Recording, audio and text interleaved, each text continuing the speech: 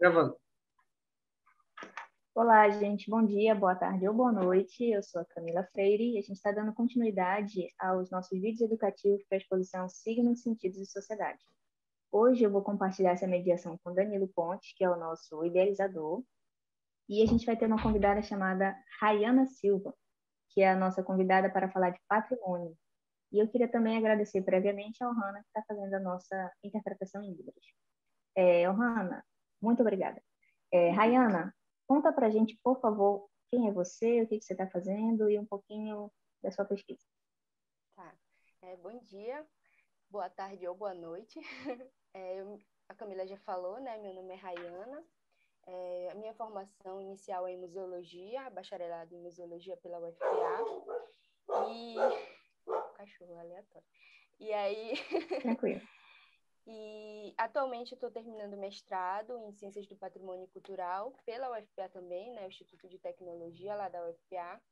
E a minha pesquisa, especificamente, é sobre patrimônio na vertente ambiental, né? Eu trabalho com patrimônio paleontológico para entender a relação da comunidade, do entorno de sítios, com o patrimônio. Então, é uma pesquisa que busca entender a relação entre patrimônio e sociedade. Beleza, obrigada, Rayana. Então, vamos dar logo início. Danilo, fica contigo a primeira pergunta. Tá. Oi, gente. Bom dia, boa tarde, boa noite também. Bom, Rayana, eu vou te fazer logo a primeira pergunta, sem delongas. Conta pra gente de onde veio a ideia de patrimônio e como essa ideia se estabelece no Brasil. Tá.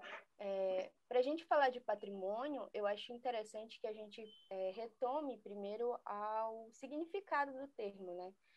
O que significa o patrimônio, de onde surgiu essa palavra, porque eu acho que o sentido das palavras, elas dizem muito sobre a construção da coisa. E aí o termo patrimônio, ele remete ao período da era republicana, lá de Roma, e aí ele designa a expressão pater familias, né? Que era no período do direito romano, todos os direitos que o pai tinha, a responsabilidade do pai, frente aos bens da família e que no conjunto maior representava os bens de Roma. Então, na ausência do pai, tipo, sei lá, o pai morreu, o pai se afastou, quem ficava responsável por isso era o primogênito dele. E aí ele tinha esse sentido de sucessão e de herança, né? O patrimônio, ele vem dessa vertente. A palavra, né, designa desse período. E aí o filho recebia essa herança, ele ficava responsável por cuidar dos bens da família e não só dos bens da família, né, mas do tipo dos ritos, das orações, daquilo que acontecia numa esfera familiar, no micro e de forma geral que ia representar num contexto amplo os bens de Roma, né? Então esse é o sentido inicial da palavra. E aí posteriormente a gente percebe que as conotações mais modernas, ou como a gente vai apreender, né, sobre patrimônio, ligado a essa função do Estado e tudo mais, ele vai se dar no período da Revolução Francesa, ali naquele momento em que a França, ela começa a construir os símbolos nacionais dela, né, o período da Revolução e tudo mais. E aí o que acontece? Eles começam a destruir várias coisas que designavam um período anterior, que era o período do feudalismo, que conectava a identidade deles aos clérigos, à burguesia, enfim, aos monarcas e tudo mais. E eles começam a destruir alguns símbolos que conectavam a identidade deles àquilo e a estabelecer aquilo que eles queriam formar como a identidade deles. Então, na Constituinte desse período, eles estabelecem o que eles vão fazer. E aí, um conceito interessante também é que eles começam a pegar esses bens e colocam em galpões, em espaços específicos. E esses espaços específicos, posteriormente, vão ser conhecidos como os museus, né? Já haviam alguns e tudo mais, mas aí é nesse período que eles vão assumir o contexto também de um espaço dedicado à educação e à instrução da nação, né? Através do patrimônio. Então, eles usam esse espaço para educar quanto ao povo, né? Enfim, as pessoas, sobre o que viria a ser a identidade nacional daquela nação que estava se fundando, que estava sendo construída e tudo mais. Então, tem um caráter muito forte de nacionalismo e o museu também assume esse papel, né? Através dos objetos. E aí, um terceiro período também que é importante é após a Segunda Guerra Mundial. Nesse período, o patrimônio ele ganha um sentido muito mais. Ele expande um pouco as fronteiras, né? O que era restrito à França e alguns países ganha um sentido mais. Se expande um pouco, porque com a destruição, com a Primeira Guerra, então surge uma preocupação mais global de manter o patrimônio da nação, o patrimônio da. E aí cria essa ideia também de patrimônio da humanidade, né? E aí a gente tem a presença, um marco importante de alguns organismos internacionais, no caso a ONU vai atuar nisso, e aí tem a criação da Unesco também nesse período, e do Comitê Internacional de Museus, que eles vão encabeçar essa discussão e propor algumas prerrogativas e discussões também. E aí, depois disso, a gente já pode começar a pensar um pouco sobre o patrimônio no Brasil, né? E aqui no Brasil, essa ideia de patrimônio, ou como o Estado vai atuar para construir o patrimônio, está muito ligado também com essa ideia da França, né, que surge lá na França, em que o Estado ele atua e vai dizer o que é o patrimônio. E aí no Brasil, os primeiros atos, eles são nesse sentido, né, a legislação vai dizer que na primeira Constituinte e tudo mais, ele vai dizer que é o Estado que vai dizer o que é o patrimônio, que é para construir também uma identidade nacional e tudo mais. E aí eles, nesse período, se foge daquilo que é considerado fragmentário, daquilo que é considerado pequeno de alguma forma, né? Então não tem espaço, por exemplo, para aquilo que é considerado patrimônio indígena, negro. A gente tem o tombamento principalmente de obras barrocas, daquela cultura mais europeia, né? Então, nesse primeiro momento, começa-se a tombar cidades inteiras, como Ouro Preto, cidades de Minas Gerais, que remetem ao ciclo do ouro, dos minérios. Então, é isso que pretende se mostrar como a identidade brasileira nesse primeiro momento. E aí, isso começa lá por volta de 1920, em que as primeiras, como se começa a pensar, né, no Brasil, no caso. Porque a partir de denúncias de artistas e intelectuais que vão dizer que as obras brasileiras, as cidades, elas estão abandonadas. E aí vão dizer que o poder público ia ser responsável pela destruição daquilo ali. E aí o que acontece? Eles começam a ficar incomodados, e aí durante um longo tempo, não é uma coisa que vai acontecer rápido, só em 1937 a gente tem a primeira lei, né? Enfim, é criado o SFAM, e aí começa-se a, de fato, o Estado começa de fato a atuar para a preservação de bens. Só que esse primeiro momento eles vão pensar realmente nas cidades e monumentos e tudo mais, dessa cultura mais europeia, né? Isso porque anteriormente já vinha se tendo uma preservação de alguma forma de bens imóveis, né? Que são através dos museus. Os museus têm um papel muito importante de guarda, né? Antes de haver essa política do patrimônio para para bens imóveis, os museus já atuam para os bens móveis, no caso, né? E aí eles já fazem esse tipo de preservação de alguma forma. Mas não havia nada até então para proteção de bens imóveis, como construções, casarões, monumentos e tudo mais. E aí só vai acontecer isso com o SFAM, lá em 1937, e que vai posteriormente ser renomeado como IFAM. E aí, só para a gente recapitular, né, todo esse processo que a gente falou, essa construção e a emergência dessa noção de um termo de patrimônio, né, na formação dos estados nacionais, ele se dá muito conectado à ideia de um nacionalismo, né? Então, quer se construir um símbolo nacional e se usa o patrimônio para fazer isso. Já a versão atual, no contexto da Unesco e nessa versão atual de patrimônio cultural, vai indicar a inserção do patrimônio em um contexto mais amplo, mais alargado, que é essa noção de patrimônio da humanidade, né, em que vários organismos vão atuar, como a Unesco e o ICOM, e num contexto menor também. Então, a partir da década de 70, por exemplo, a gente passa a ter a presença de pequenas comunidades, já dizendo o que é o patrimônio deles, e aí isso está muito conectado também à queda de regimes militares, em que as pessoas têm mais espaço para falar e elas vão requerer que a identidade delas também possa representar um símbolo nacional. Então, após a década de 70, a gente tem esse marco importante. E aí, com isso, a noção primária de patrimônio, ela extrapola esses limites, né? Não pretende se mais construir somente um símbolo nacional, mas que as pessoas elas possam também ter as suas identidades representadas.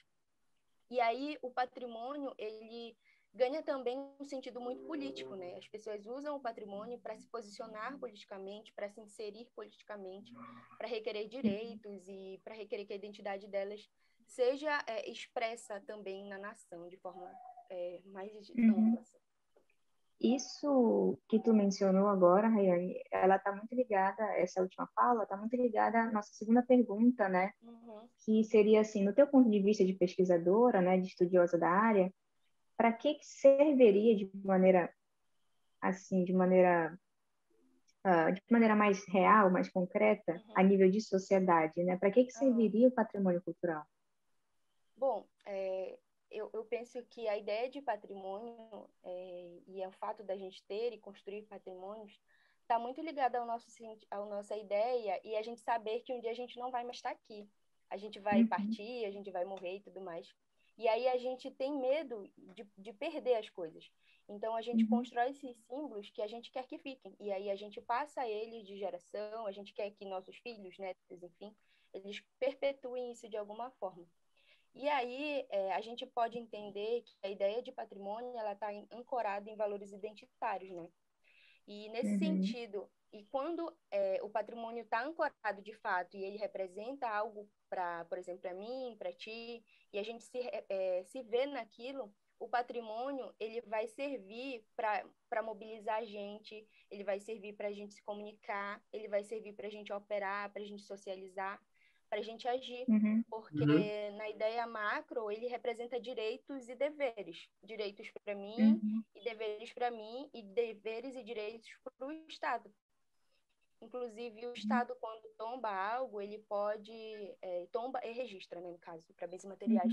Ele pode agir, por exemplo, no caso de tombamentos, com poder de polícia. Se alguém vai e destrói aquele símbolo, o Estado pode intervir. E aí, se a gente destrói algo, a gente também vai ter que responder por isso. Então, ligado à esfera política, de deveres e de direitos, a gente, entendendo isso e se identificando com isso, a gente pode agir e atuar na sociedade em diversas frentes, né? No entanto, a gente não vê ainda uma apropriação muito, talvez não muito,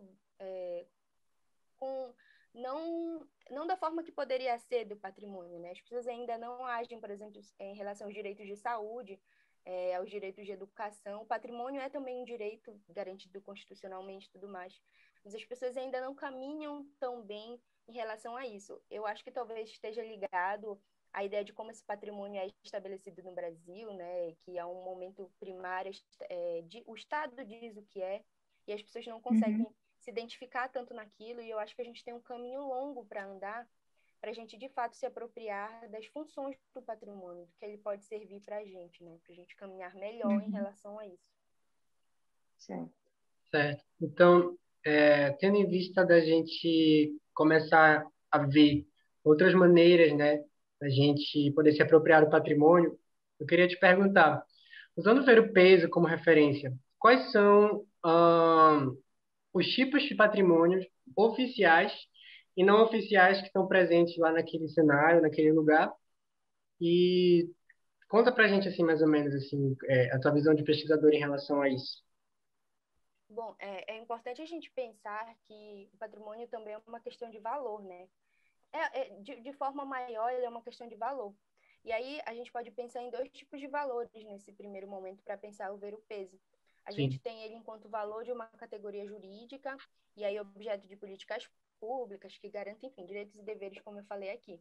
E aí, nesse sentido mais oficial, em que a gente escreve, insere patrimônios dentro de uma conjuntura política e tudo mais, e escreve e tomba ou registra, o ver-o-peso a gente pode destacar o registro, né, dele desde 1977. O IPHAN ele registra o ver-o-peso como um patrimônio paisagístico e urbanístico e tudo mais. E aí, nesse sentido, um patrimônio oficial, a gente pode falar, né, um patrimônio reconhecido. Aham. No entanto, Uhum. eu acho que existe uma outra categoria que é tão ou até mais importante para quem convive ali diariamente, né? Que é o patrimônio nessa característica mais antropológica dele. E aí Uhum. eu trago um conceito que é de um autor chamado Reginaldo Gonçalves, que ele vai dizer que a gente, é, que para além dessa coisa mais oficial que a gente tem, enfim, desde essa história que eu expliquei do patrimônio e tudo mais, ele vai dizer que a gente consegue ver o patrimônio em sociedades de formas diferentes. Nem todo mundo faz patrimônio como a gente faz, do tipo de querer estagnar ele ali no tempo, de querer que as coisas elas permaneçam, enfim. Ele vai dizer que essa categoria está muito ligada à questão de colecionar coisas, colecionar experiências. Então, nesse sentido, o patrimônio está mais vertente à questão imaterial, a questão daquilo que Uhum. não pode ser palpável. E aí, nesse sentido, se a gente for pensar o ver o peso, eu acho que para quem trabalha ali, se a gente for falar para quem trabalha, para quem vive, para quem lida diariamente, o que faz aquilo ser patrimônio para eles, e aí a gente está falando de patrimônio não oficiais, né, que não cabem nesses, que extrapolam esses limites do oficial, do tombamento e tudo mais, talvez seja a sociabilidade deles, as territorialidades deles, os afetos, as músicas, o cheiro, a comida, a dança. E aí são patrimônios que não foram registrados ou tombados, mas que representam talvez muito mais as pessoas naquele dia a dia do que o tombo de 1977 do IFAM, que é o que as pessoas talvez queiram passar e é o que eles ensinam para os filhos e netos deles que estão ali na feira trabalhando com eles. Uhum. Enfim, são muitas coisas para a gente pensar, sabe? Sobre patrimônios oficiais ou não, né? E aí a gente tem essa questão da imaterialidade, que é enfim, né? O que a gente passa, o que a gente exala diariamente. Uhum. Essa tua fala, Rayane, me remeteu muito ao vídeo de cultura que eu fiz com o Danilo, né? Uhum, Porque algumas pessoas têm dificuldade de entender que essas relações que não são relações, como é que eu posso dizer, que estão fora dos espaços de autoridade, essas relações na uhum, rua, como na feira, né, e tudo mais, isso tudo também é cultura. As pessoas estão muito associadas com a lógica de cultura como se fosse uma coisa de cima para baixo, uma coisa hierarquizada, ou uma coisa na qual elas talvez não pertençam. Muito talvez envolvidas pelaquela lógica de uma cultura erudita e uma cultura popular, né? uhum. Numa lógica hierárquica mesmo. E eu acho que é importante tu dar essa clareza para a gente, né? Para que a gente comece a perceber que a cultura, né, ela está nos modos de fazer, nas relações entre as pessoas, na maneira como elas falam, né? Como elas produzem as coisas, e principalmente no ver o peso, né? Então, até a maneira como as pessoas se comportam, se organizam, se comunicam, se vendem as coisas, aquilo é cultural, né? Sim. Então, eu acho que isso tudo é muito importante a gente estar fazendo no vídeo, que é para as pessoas começarem a entender a cultura como uma coisa mais ampla, né? Da qual, inclusive, elas fazem parte. Sim. E pensando nessa lógica, né, de cultura, eu também falei de apropriação no vídeo de cultura, né? Uhum. E eu queria te perguntar, a lógica da apropriação patrimonial, como é que ela ocorre? Bom, eu queria trazer um exemplo para a gente pensar esse sentido de apropriação patrimonial, que é de um autor chamado Piano Bezerra de Menezes. Ele fala sobre Uhum, patrimônio e ele traz um exemplo interessante em um dos textos que ele diz que é baseado em uma charge que ele analisa, né? Ele diz que certa vez um determinado grupo chega guiado por um guia numa igreja bonita, numa igreja tombada, numa igreja oficialmente reconhecida como patrimônio. E aí os turistas uhum, entram lá e começam a fazer as fotos deles e a admirar ao redor e tudo mais. E aí, no meio, lá perto do altar-mor, tem uma velhinha, bem velhinha, tipo, rezando. E aí o guia chega lá e diz para ela que ela tá atrapalhando a visitação dos turistas. E que ela meio que devia se uhum, retirar dali, porque, enfim, ela tá atrapalhando a fruição dos turistas que estão admirando aquele lugar. E aí, isso ajuda a gente a pensar que tipo de apropriação é essa. Por uhum, exemplo, para a velhinha que estava lá rezando, a patrimônio fazia parte do cotidiano dela. Ele ia lá rezar, uhum, tem um sentido espiritual, tem um sentido existencial para ela. Fazia parte, talvez, do cotidiano, talvez ela rezasse lá todo dia. enquanto a forma como os turistas eles se apropriam dali é muito mais transitória. Eles vão e eles vêm, enfim, de diversas formas. E aí, se a gente usar isso para pensar, sei lá, talvez o ver o peso, existem formas diferentes de se apropriar daquele espaço e nem todo mundo vai se apropriar da mesma forma, porque isso é baseado em valores, né? Então, do tipo, a velhinha usa o valor dela, daquele espaço para ela, tá no sentido de existência. Ela vai lá para falar sabe, com o divino, com o que é importante para ela, para se comunicar. E os turistas estão lá para apreciar a paisagem, para apreciar a construção. Então, são valores diferentes que ajudam a apropriar de formas diferentes. A questão é que um não pode se sobrepor ao outro. O patrimônio não pode ser... ele não, o valor dele para o turista não pode se sobrepor ao valor da pessoa que compra. Ele não pode ser mais importante para alguém de fora do que para alguém que convive ali diariamente. E aí, quando a gente fala em patrimônio, a gente pensa em que a gente quer que as coisas elas durem, que elas se mantenham. E aí as coisas elas só vão se manter e elas vão durar se as pessoas que estão de fato lá, atuando diariamente, elas se apropriarem de verdade daquilo e também, sabe? Mas mais tão quanto, sei lá, na mesma proporção que uma pessoa de fora. Porque a pessoa de dentro, né, a pessoa, enfim, o dono, o que representa aquele patrimônio e tudo mais, ele vai estar cotidianamente ali. E aí um outro exemplo que eu queria para a gente pensar também, e aí para falar de um outro tipo de apropriação, é o exemplo dos objetos apreendidos pela Polícia Militar do Rio de Janeiro, ali no final do século XIX, início do século XX. Durante aquele período, os cultos de matriz africana, eles eram proibidos de alguma forma, enfim, as pessoas não podiam realizar as práticas, né? E aí, o que a polícia fazia? Ela ia lá, metia o pé na porta e dizia que vocês não podem fazer isso e apreendia uma série de objetos de culto, né? Das pessoas que estavam fazendo os cultos deles normalmente ali. E aí a polícia apreendia e levava isso e, enfim, guardou isso por mais de um século.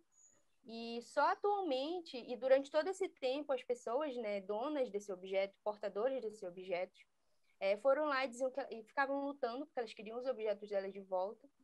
E aí só, acho que no ano passado, que elas conseguem reaver esses objetos e aí eles vão integrar a coleção do Museu Imperial, se não me engano é do Museu da República, lá do Rio de Janeiro. Então, são dois exemplos para a gente pensar de que eles se apropriaram indevidamente e as pessoas detentoras desse patrimônio foram excluídas da fruição dele, né? E aí elas só conseguiram reaver isso um século depois. Então, isso acontece muito, muito nos museus. A gente tem visto muito isso agora, de pessoas querendo reaver os seus patrimônios, de comunidades que antes não tinham voz, e agora querem reaver isso, querem se apropriar de algo que é seu, como comunidades indígenas, quilombolas e de forma geral. Então, ajuda a gente a pensar que essa questão de apropriar de algo é sempre muito... para mim, transferindo o direito de outra pessoa, né? Nesse sentido. A tua fala me remeteu também à lógica da apropriação cultural, né, que eu conversei no outro vídeo de cultura, que era exatamente isso, né? Apropriar-se é tomar posse de alguma coisa que não lhe pertence. E quando você toma posse, tira daquele lugar que é culturalmente dele, ele se torna uma outra coisa. Ele perde identidade e a gente perde cultura com isso. Então, eu acho que essa lógica da apropriação patrimonial, né, ela está intimamente ligada, né, com uma lógica identitária, que, como tu bem falou, né, agora povos indígenas, comunidades menores ou até maiores, mas que sofrem discriminações de várias naturezas, elas estão começando a entender o sentido, se apropriar, né, que esses objetos pertencem a ela e querer aquilo de volta. Isso nada mais é, do meu ponto de vista de pesquisadora, como uma defesa da cultura, né? Uma defesa da cultura e da identidade dessas pessoas.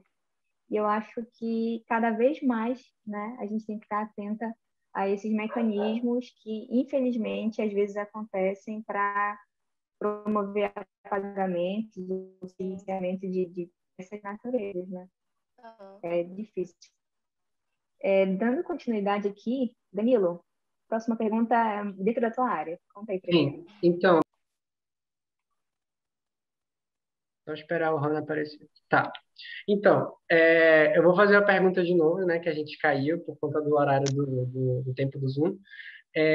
Então, tendo em vista, né, que a gente tem essas apropriações, eu acho que é importante também, e é muito bacana essa reflexão que vocês trouxeram, eu acho que é importante também a gente atentar para o fato tipo, de talvez ela ser uma ferramenta, porque, por exemplo, o mercado, ele usa a apropriação, né, para produzir mercadorias, e a gente pode também usar a apropriação num outro sentido, no sentido de que, por exemplo, a gente está fazendo uma exposição num prédio, que é o Salão da Beira, situado lá no Ver Peso, e que ele foi construído é, por trabalho escravo, né?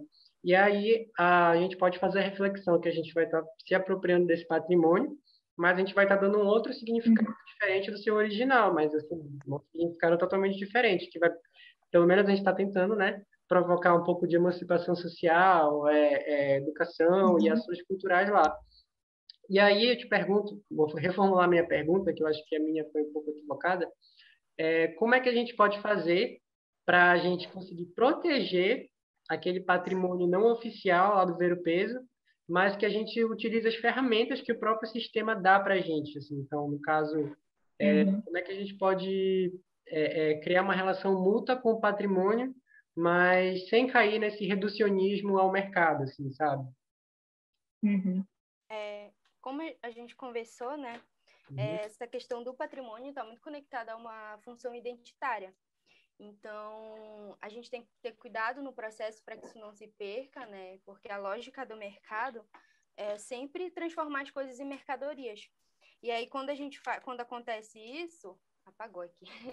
Quando acontece isso, essas coisas, enfim, a identidade original, muita coisa se perde nesse processo. Então, é importante a gente ter cuidado quando faz isso, né? E aí, a lógica do patrimônio de transformar, por exemplo, enfim, de viabilizar economicamente, em suma, não é a única, mas na maioria das vezes está conectado a uma questão está conectado à questão do turismo. Então, a gente vê muito do tipo assim, o patrimônio sendo usado para que a gente possa impulsionar o turismo, para que o turista venha ver e pague por isso, para que o turista venha Uhum. ver o prédio tombado e, a partir disso, ele compre, ele invista, ele injete na economia e tudo mais. E aí o patrimônio, ele acaba se tornando alguma coisa para alguém de fora ver, né? E aí é nesse processo que a gente tem que ter cuidado. E aí eu trago um exemplo do que eu venho trabalhando na minha dissertação. Eu trabalho com um patrimônio paleontológico de Salinas, né? E aí lá em Salinas é muito forte, demais, demais, demais, a questão do turismo. E é um turismo que, na maioria das vezes, ele agride o meio ambiente, né? E aí eu trabalho com Uhum. patrimônio ambiental de alguma forma. E é um turismo que sabe, que as pessoas vão e jogam lixo na praia, que a gente vê quase sempre, carros entrando e apoiados pelo poder público, porque existem leis que permitem isso, que o carro entre na areia e aí passe por cima do que, no meu caso, eu estudo, são os afloramentos de fósseis que estão lá na praia. E aí, o que a gente vem pensando e tentando propor algo, o que a gente pode fazer em relação a isso, sabe? A lógica de mercado, de consumo naquela área está muito conectada a isso, eles não vão parar de fazer isso. Então, o que a gente Uhum. pode fazer para que o patrimônio ele contribua de alguma forma para que proporcione outras estratégias de que, sabe, as pessoas possam ter algum tipo de renda e ainda assim o patrimônio seja valorizado, seja preservado, seja cuidado, né? E aí a gente pensou, a gente elaborou um projeto que visava uma troca com a comunidade, com as pessoas que a gente localizou lá, que tinham coleções. E aí eles faziam Uhum. coleções particulares e tudo mais. E aí, o que a gente pensou em fazer em propor rotas turísticas em que essas pessoas, não a gente, né? Porque não pesquisador, porque pesquisador no patrimônio não tem mais papel de protagonismo. A gente viabiliza a coisa para que as Uhum. comunidades falem por elas e, enfim, a gente está ali mediando pelas margens. Para que eles possam fazer essas rotas e levar para conhecer as coleções e propor outro tipo de turismo naquela região. Um turismo que fale sobre conscientização ambiental, que ajude as pessoas a pensarem de que aquele ambiente precisa sim ser preservado e que os fósseis que estão lá são um meio para se chegar a tal, sabe? Esse patrimônio vai ajudar no processo. E aí ajuda a gente nesse sentido. Então, a gente propôs um projeto que a gente até apresentou à prefeitura, mas, enfim, foi aceito e a gente pretende retomar ele mais na frente. Não foi aceito por questões econômicas, orçamentárias, a prefeitura não tinha como arcar com isso agora. E aí, o sentido, a gente queria dar oficinas, né, dar minicursos, mas não a gente dando os minicursos sozinhos. A ideia era de que a gente aprendesse com a comunidade e ensinasse enquanto aprendia e aprendesse, enfim, uma troca. E aí, juntos, a gente daria esses cursos sobre formação, né? A gente ia ensinar um pouco sobre conservação, de como cuidar dessas coleções, de estratégias, de técnicas e tudo mais, enquanto eles iam ensinar para a gente as formas como eles percebiam aquilo, de que forma era importante para eles, em que viés eles queriam, sabe, falar durante essas rotas, e a gente ia usar isso para chegar ao poder público, né? Para viabilizar isso. E aí fazer cursos e propor exposições na praia, nas praças públicas, para conversar com a comunidade e com os turistas, porque não tem como afastar eles, e dessa forma propor um novo tipo de turismo, né? E aí a gente não tem uma resposta única sobre como viabilizar economicamente o patrimônio, mas eu acho que isso tem que ser discutido sempre com a comunidade que detém o patrimônio, de que forma eles querem fazer aquilo, de que forma eles acham melhor fazer aquilo, e aí, a partir do que eles entendem, do que eles querem fazer, a gente faz uma troca do que a gente pode ensinar, de como a gente pode ajudar, e aí, a partir disso, a gente tenta achar formas de viabilizar. Eu só não acho que a gente pode chegar lá com um modelo pronto e dizer, olha, vocês têm que fazer isso, vocês têm que ganhar dinheiro dessa forma, porque isso não é correto, né? Não cumpre a função do patrimônio, que é de falar da identidade das pessoas, a gente não pode mais fazer isso. Beleza, Rani. Isso que tu contou agora me deixou, assim, bem maravilhada, porque, tipo, se comunica muito com a pesquisa que eu faço. A minha pesquisa ela é sobre educação popular, e a educação popular ela tem exatamente esse viés que tu estás dando na tua pesquisa com a comunidade, né? A educação popular propõe que os saberes, né, as experiências, elas façam o seu papel de educar fora de uma sala de aula, né, em parceria com a comunidade, com a comunidade como um todo, sem lógicas de hierarquização, né? E se a gente pensar que essa educação ela pode propor viabilização tanto financeira, quanto patrimonial, quanto ecológica, enfim, diante da natureza, para mim me parece a solução mais inteligente, na verdade, para toda essa lógica, né?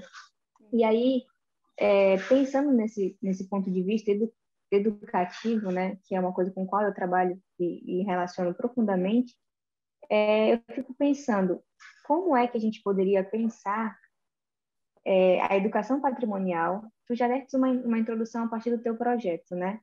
Eu também consigo alcançar isso a partir da pesquisa que eu faço. Mas se a gente for pensar qual é o papel da educação patrimonial, né, para a comunidade, para a sociedade, o que isso pode fazer de positivo? Sim, a gente tem que ter muito cuidado também, acho que é importante começar por aí, né?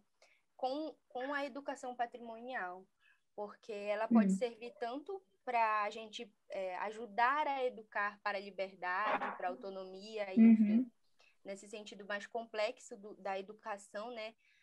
E como ela pode servir também para a gente doutrinar de alguma forma. Porque se a gente fala educação e põe no outro tipo de um lado, educação e patrimônio. Se o patrimônio ele fala sobre a cultura das pessoas, a identidade das pessoas, e aí a gente insere educação no meio da coisa, e aí a gente vai querer educar sobre a cultura da pessoa, sobre os valores das pessoas, como é que a gente vai fazer isso, né? Sim. E aí, por muito tempo, imperou essa lógica de que a gente ia educar as pessoas com o patrimônio das pessoas.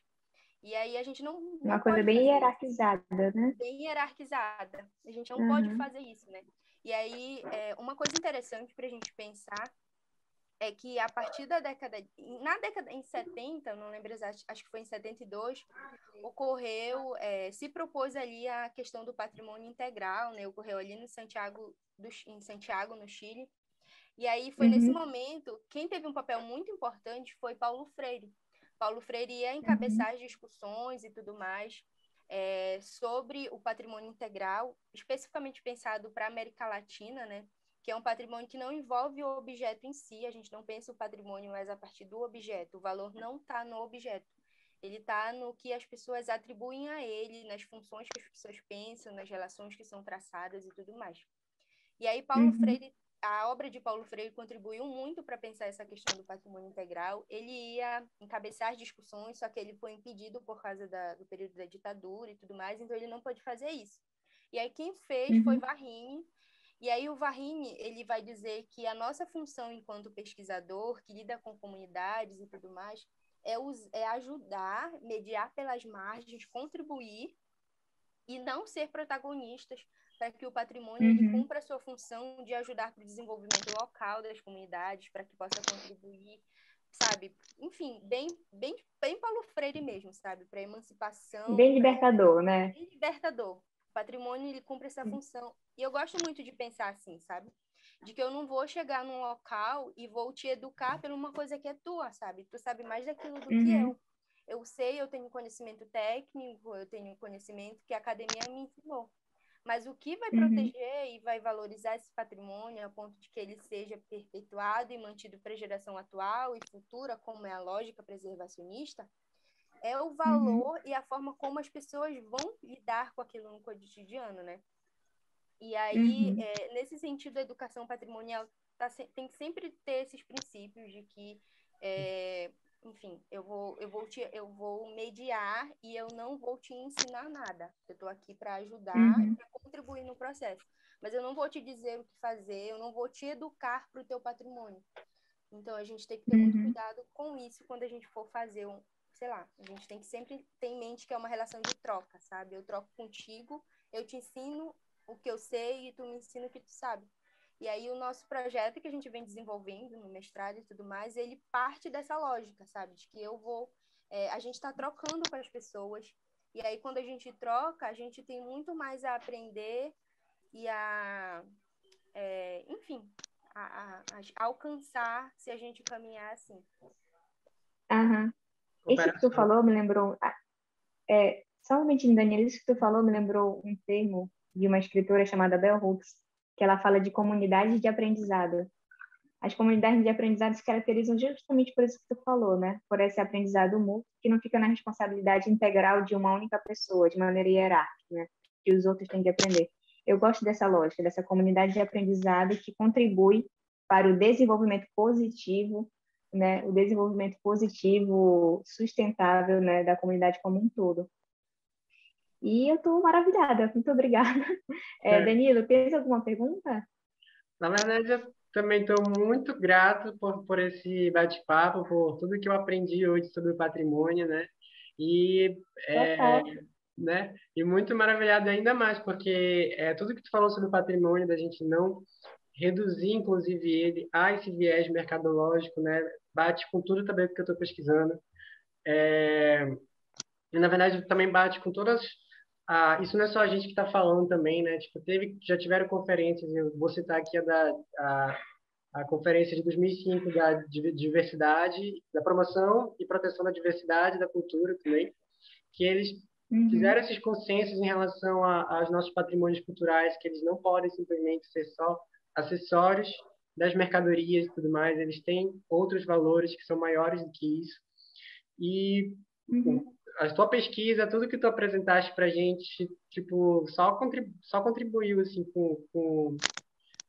só complementou, digamos assim, tudo isso que a gente já vem estudando e foi muito gratificante te ouvir mesmo. Nossa, muito obrigada. E também está muito diretamente ligado com o que a gente quer fazer, né, na lógica da Sim, nossa exposição, sim, lá no Solar da Beira, que não é ressignificar aquele prédio no sentido de apagar o que aconteceu, mas é é, fazer uma apropriação positiva, se é que isso é possível, mas fazer uma apropriação ressignificada, né, para que as pessoas no entorno, para que os artistas, para a comunidade no geral, contribua numa lógica de comunidade de aprendizado mesmo, né, para que aquele contexto sirva de aprendizado mútuo, né, como a Rayana explicou maravilhosamente bem para a gente. Então, eu estou muito grata, muito obrigada, e acho que a gente pode ir para as falas finais já.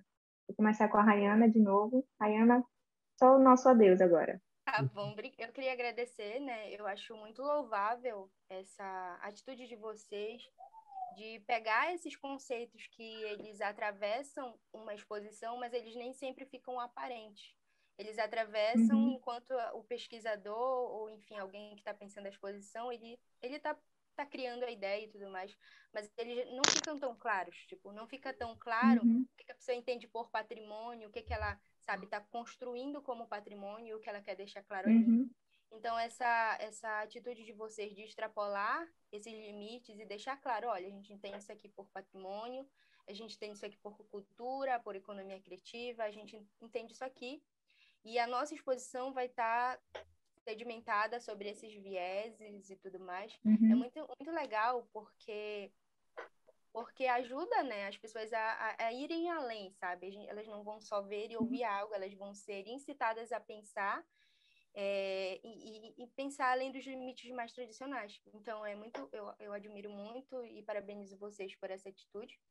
E agradeço muito a oportunidade. Foi incrível conversar com vocês aqui sobre patrimônio e ver que está todo mundo pensando aqui, construindo e trabalhando na mesma lógica.